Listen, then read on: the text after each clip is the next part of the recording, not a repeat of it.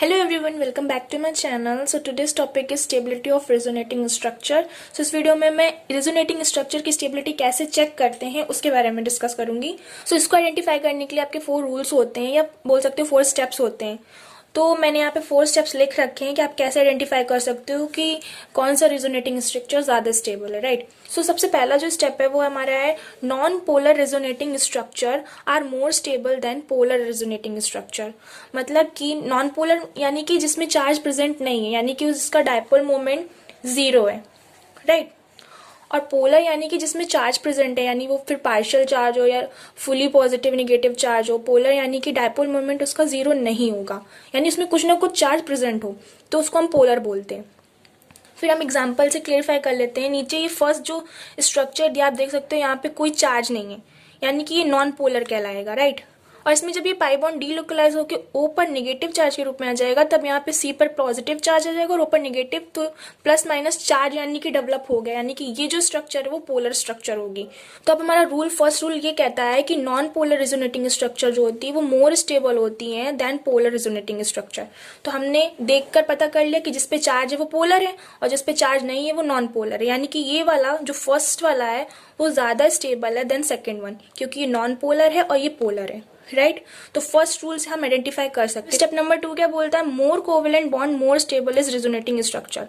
अगर फर्स्ट वाला जो फैक्टर है वो अप्लाई नहीं हो रहा है, इन केस अगर दोनों स्ट्रक्चर आपकी पोलर हैं या नॉन पोलर हैं, तो आप कैसे आइडेंटिफाई कर पाओगे फर्स्ट स्टेप से? तो आपको सेकंड स्टेप फॉलो करना पड़ेगा. सेकंड स्टेप बोलता है more covalent bond more stable is resonating structure. मतलब कि आपको स्ट्रक्चर देख के तो पता चल जाएगा ना पाई बॉन्ड ट्रिपल बॉन्ड किस में प्रेजेंट है. तो अब इसमें आप देख के तुरंत बता सकते हो इसमें 2 बॉन्ड है लेकिन इसमें एक बॉन्ड एक्स्ट्रा है, राइट. यानी एक एक्स्ट्रा कोवेलेंट बॉन्ड है, तो इसके कंपैरिजन में इसके पास ज्यादा कोवेलेंट बॉन्ड है. तो ऑब्वियसली बात है जो सेकंड नंबर वाला है वो फर्स्ट नंबर वाले से ज्यादा स्टेबल होगा. पोलर नॉन पोलर से आप नहीं चेक कर पाए क्योंकि दोनों में ही चार्ज है, दोनों ही पोलर है.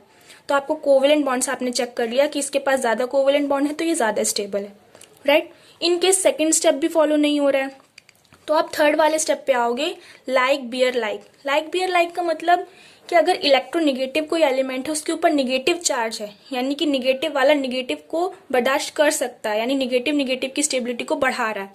इन केस उस नेगेटिव के अगर ऊपर पॉजिटिव आ रहा होता तो वो कहीं ना कहीं उसकी स्टेबिलिटी को कम कर रहा होता, तो वो वाला कम स्टेबल होता. इसलिए यहाँ पे लाइक बियर लाइक का फैक्टर लगता है.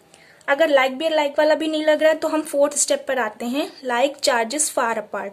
लाइक चार्जेस फार अपार्ट मतलब अगर सेम चार्जेस यानी प्लस प्लस, हम देखेंगे पहले 3 रूल से फॉलो अगर नहीं हो रहा है, हम नहीं आइडेंटिफाई कर पा रहे हैं, तो हम उस स्ट्रक्चर में देखेंगे कि अगर प्लस प्लस चार्जेस हैं या निगेटिव निगेटिव यानी सेम चार्जेस हैं, तो हम देखेंगे कि कौन से स्ट्रक्चर में वो चार्जेस ज्यादा डिस्टेंस पर हैं.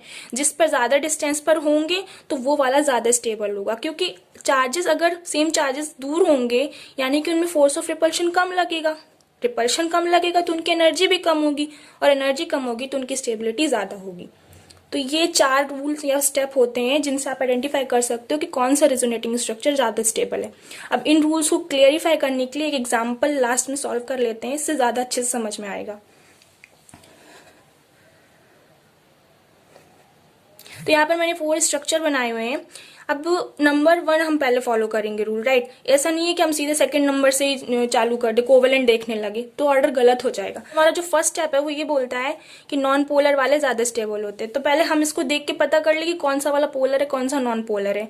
तो देख के पता चल रहा है इन तीनों में चार्जेस हैं, तो ये तो पोलर में चले गए तीनों. ये वाला बस नॉन पोलर है क्योंकि इसमें कोई चार्ज प्रेजेंट नहीं है. तो ऑब्वियसली बात है जो फर्स्ट नंबर वाला है वो सबसे आगे रहेगा. इसको तो हमने आइडेंटिफाई कर लिया. अब बच्चे ये 3, अब ये तीनों ही पोलर हैं तो फर्स्ट वाला फैक्टर तो इनमें अप्लाई कर नहीं सकते. अब हम सेकंड वाले के पास जाएंगे. कोवेलेंट बॉन्ड जिसमें ज्यादा होंगे वो रेजोनेटिंग स्ट्रक्चर ज्यादा स्टेबल होगा. तो आप देख सकते हो तीनों में ये वाला स्ट्रक्चर में एक बॉन्ड एक्स्ट्रा है, डबल बॉन्ड, राइट. यानी कि ये वाला स्ट्रक्चर इन दोनों से ज्यादा स्टेबल है. तो हमारा सेकेंड वाला बाकी के दोनों से ज्यादा स्टेबल हो गया. अब बचे ये दोनों, तो अब थर्ड वाला फैक्टर यूज करते हैं, लाइक बियर लाइक. यानी कि अब देखो ऑक्सीजन होता है हमारा electronegative, fluorine oxygen nitrogen electronegative element होते हैं, राइट. तो ऑक्सीजन इलेक्ट्रोनेगेटिव है तो इसके ऊपर नेगेटिव चार्ज होता है, तो लाइक बियर लाइक वाला फैक्टर अप्लाई होता तो स्टेबिलिटी ज्यादा होती. लेकिन इसमें तो पॉजिटिव चार्ज है नेगेटिव के ऊपर और पॉजिटिव के पास नेगेटिव चार्ज है, तो कहीं ना कहीं ये स्टेबिलिटी कम कर रहा है इसकी. और इस केस में निगेटिव के ऊपर निगेटिव, यानी कि ये लाइक भी और लाइक वाला फैक्टर अप्लाई हो रहा है इसमें, तो ये वाला इससे ज्यादा स्टेबल होगा, यानी कि फोर्थ वाला is more stable then third one.